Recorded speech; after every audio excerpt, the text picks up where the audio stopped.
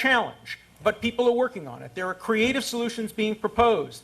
I am waiting, along with the student who asked the question, for some creative, positive, imaginative solutions from Professor Chomsky. All we're hearing is a recitation of the past and a pessimistic notion of as long as the evil American empire and Israel are involved, there will be no peace. Let's go to the next I congratulate Mr. Dershowitz again for one true statement. They are not Jewish roads, they're Israeli roads.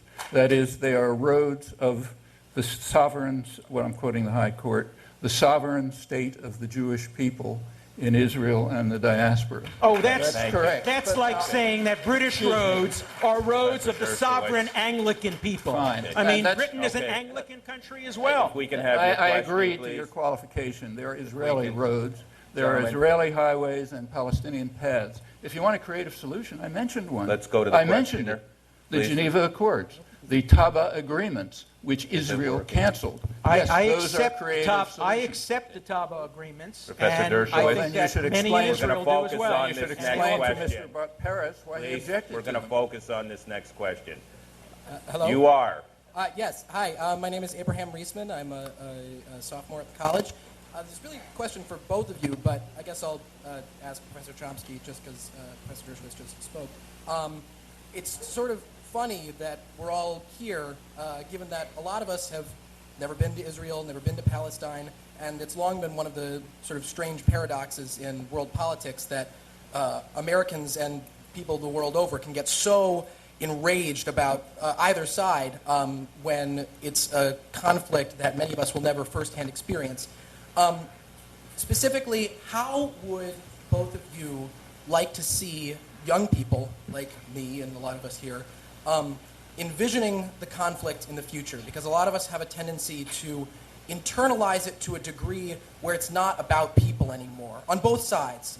There are people I know who are ardent Zionists who never go to Israel, who believe in it because they're very religiously Jewish, and all of a sudden it becomes detached from the realities on the ground. And there are people who are very pro-Palestinian who are strongly in favor of social justice and economic justice. Okay, thank you. I'm sorry. Yeah, how do you... Professor Chomsky. Well, my feeling is you should approach it as an American. And as for an American, it is one of the lead issues in the world. Israel is able to do these things, to dismantle and destroy the West Bank, to disintegrate the community, because the United States gives it massive aid, unparalleled in international affairs, not only military and economic, but also diplomatic, by, as I've mentioned, for the last 30 years, unilaterally blocking the two-state settlement, which Israel also totally rejected, alone, the two of them. And as long as you, the American taxpayer, goes on supporting this, yes, it'll continue. And it'll lead to exactly what the Bantustan-style solution that Ben-Veniste and others describe, right on the ground. And yes, so therefore it's of enormous importance to Americans. As for a solution, it's pretty straightforward. They were coming close to a solution at Taba until Israel called it off. Negotiations continued, leading to several proposals, of which the most detailed were the Geneva Accords.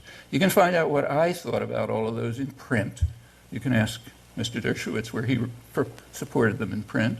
The Geneva Accords in December 2002 were accepted by essentially the whole world. Israel rejected them. The U.S. refused even to send a message to the Geneva meetings. But they're still potentially alive, and American citizens can compel our own government to reverse its program, to accept the international consensus for the first time, and then we'll be on the way to a solution. Thank you. Well, Briefly, Professor Dershowitz. I, too, have written about the Geneva Accords in Chapter 6 of my book, and I generally support many elements of the Geneva Accords. I do not support the right of return. That is, the idea that 700,000 or now 4 million Palestinians can demographically destroy Israel. Which is rejected in the Geneva Accords. It is not rejected in the Geneva Accords. It is not accepted or rejected. It is left for future negotiation. Exactly. And it is left open because it's how you change your view. Already, first it's accepted, then it's left open. Yeah, What's fine. the next Let's position? be precise. Okay. They did not say anything about that because the Palestinians had already at Camp David and at Taba accepted the so-called pragmatic settlement, which would not affect the demographic character That of Israel. is If you want to learn about that, simply read false. the serious scholarship like Ron That is Bundock, simply head of the Shimon false. Peres Peace. I can tell you that President Clinton told me directly and personally that what caused the failure of the Camp David-Taba Accords was the refusal of the Palestinians and Arafat to give up the right of return. That was the sticking point. It wasn't Jerusalem. It wasn't borders. It was the right of return. Can we Now, have if there? you believe that the United States has unilaterally rejected the two-state solution, that's what we heard from Professor Chomsky, that it's the United States that has rejected the two-state solution, when every modern American president has favored the two-step solution, I say, welcome to Planet Chomsky. Now, That's now just we can not hold there. true. here's a simple exercise. You can believe one of two things: the extensive published diplomatic record, which I gave you a sample of, and you can find in detail in books of mine and others, or what Mr. Dershowitz says he heard from somebody. No, which you can't check. and check Okay. the diplomatic record, Professor Dershowitz, Hall. check the maps, Sir, your question. and read Dennis Ross's book, which Okay. contains appendices which have the Okay. diplomatic record. What Chomsky is telling you to do All right. is read the available record in Esperanto. He constantly tells you to read sources he knows you can't read because he knows